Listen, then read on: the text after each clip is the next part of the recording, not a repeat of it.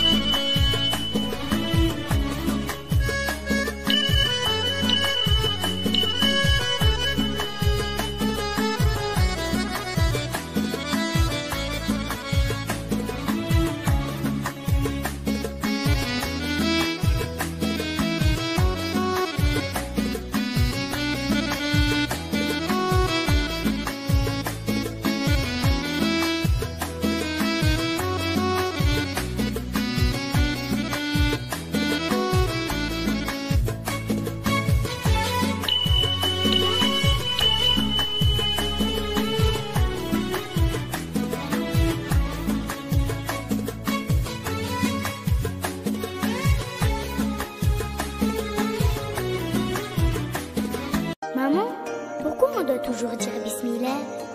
Parce que quand tu dis Bismillah, Dieu est avec toi et met la baraka dans tout ce que tu fais. أمي، لماذا نقول دوما بسم الله؟ لأنك حين تقولين بسم الله يكون الله معك ويبارك لك في كل شيء.